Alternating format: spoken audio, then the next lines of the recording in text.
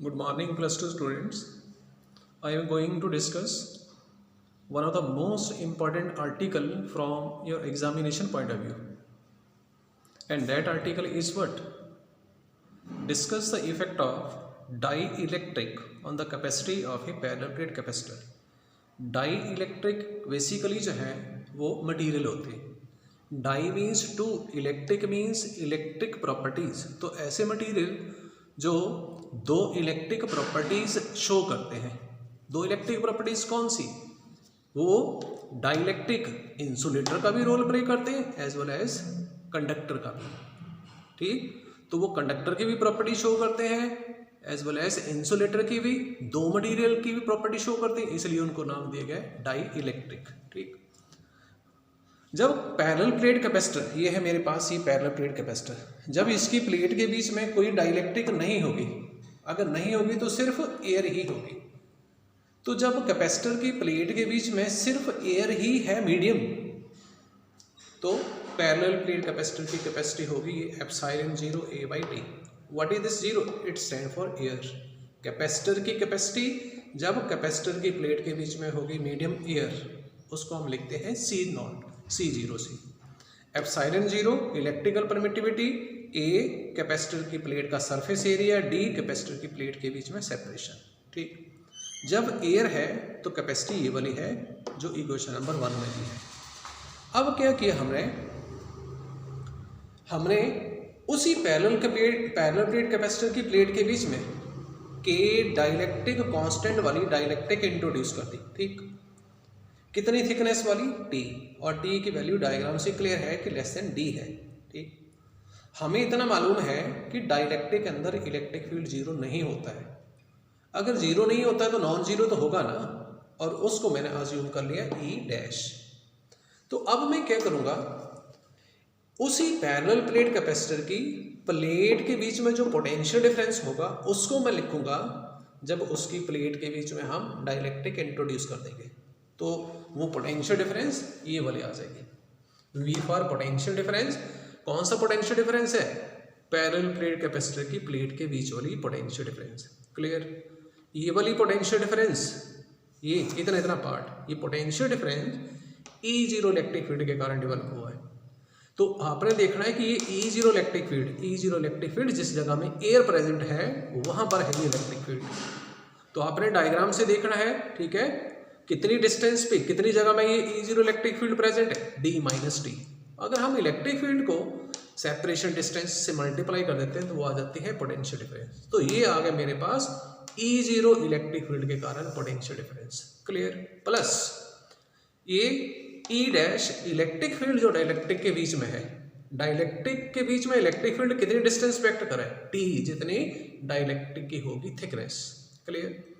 Coulomb law में हमने ये पढ़ा है, क्या पढ़ा हुआ है?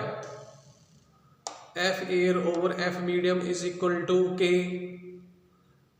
जब हम न्यूमरेटर एंड डिनोमिनेटर को 4 से डिवाइड कर देंगे तो वहां से क्या आ जाएगा? E0 over E' is equal to K. तो मैंने वहां से E' इलेक्ट्रिक फील्ड की वैल्यू फाइंड कर ली इन टर्म्स ऑफ एयर वाले इलेक्ट्रिक फील्ड की फॉर्म में. क्लियर? E0 को मैं यहाँ से कॉमन ले लूँगा, ये कॉमन ले लिया. ठीक, ये लिया मैंने कॉमन. अब ब्रैकेट ये वाली बन जाएगी. अब मैं क्या करूँगा, यहाँ से स्मॉल t कॉमन लूँगा, ये स्मॉल t कॉमन ले लिया. क्लियर? अब नेक्स्ट स्टेप में क्या करेंगे, इस d को भी कॉमन ले लेंगे. तो d को कॉमन लेंगे तो ये बन जाएगी step 1 minus t over d into this one. Clear? अब नेक्स्ट स्टेप में हम क्या करेंगे, इस E0 इलेक्ट्रिक फील्ड की वैल्यू अप्लाई कर देंगे. ये E0 बेसिकली क्या है? पैरेलल प्लेट कैपेसिटर की प्लेट के बीच में इलेक्ट्रिक फील्ड जब पैरेलल प्लेट कैपेसिटर की प्लेट के बीच में मीडियम होगी एयर, और वो हमने फाइंड किया हुआ electric field sigma by epsilon 0. Value apply कर देते हैं इसकी. ठीक, तो सिग्मा बाई एप्सिलॉन 0, सिग्मा क्या होता है? Charge per unit area. Value apply कर दी. क्लियर? Q/A सिग्मा होती है. अब मैं नेक्स्ट स्टेप में V ओवर Q लिखूंगा, तो ये वाली स्टेप बन जाएगी. इसको नेक्स्ट स्टेप में रेसिप्रोकेट कर देंगे, उल्टा करके लिखेंगे. उल्टा करके क्यों लिखा? क्योंकि Q/V जो है वो होती है कैपेसिटी. तो Q/V क्या चीज़ आ गई? कैपेसिटी पैरेलल प्लेट कैपेसिटर की, जब पैरेलल प्लेट कैपेसिटर के बीच में है डाइलेक्ट्रिक. क्लियर? और ये value epsilon 0 a by D क्या है इक्वेशन नंबर 1 से ये C नॉट। क्लियर। तो फाइनल एक्सप्रेशन हमारे पास ये वाली आ गई डायग्राम से। यहाँ जैसे इस इक्वेशन नंबर 2 में देखो ये डिनोमिनेटर वाला फैक्टर लेस देन 1 है, अगर ये लेस देन 1 है तो नेचुरली C की value greater than C not होगी। क्लियर, ये मैंने लिखा हुआ।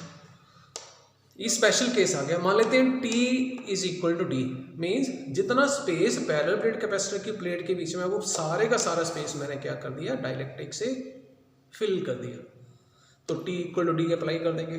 ठीक, तो फाइनल एक्सप्रेशन मेरे पास आ जाएगी C is equal to K times C not.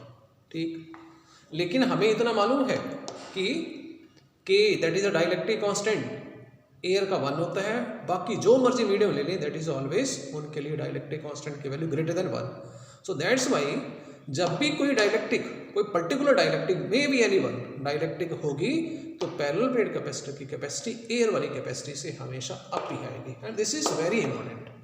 तो क्वेश्चन यहाँ जैसे कॉन्सेप्चुअल क्वेश्चन बनता है कि पैरेलल प्लेट कैपेसिटर की कैपेसिटी को इंक्रीज करने के हमारे पास कौन कौन से मेथड हैं। फर्स्ट मेथड है कि भाई पैरेलल प्लेट कैपेसिटर की क्या करो सरफेस एरिया को बढ़ा दो। सरफेस एरिया बढ़ाने से कैपेसिटी बढ़ जाती है, एरिया बढ़ाने से कैपेसिटी बढ़ जाती है। पैरेलल प्लेट कैपेसिटर के बीच की सेपरेशन को कम कर दो, इससे भी कैपेसिटी बढ़ जाती है। पैरेलल प्लेट कैपेसिटर की प्लेट में कंडक्टिंग स्लैब इंट्रोड्यूस कर दो, इससे भी कैपेसिटी बढ़ जाती है। एंड लास्ट कि पैरेलल प्लेट कैपेसिटर की प्लेट के बीच में क्या करो डाइलेक्ट्रिक इंट्रोड्यूस कर दो, ये भी हेल्प करेगी पैरेलल प्लेट कैपेसिटर की कैपेसिटी को अप करने में। Please go through this article, this is very important from your examination point of view. आज ही लर्न करें, कोई प्रॉब्लम बनती है जरूर मुझे फीडबैक दें। Thank you.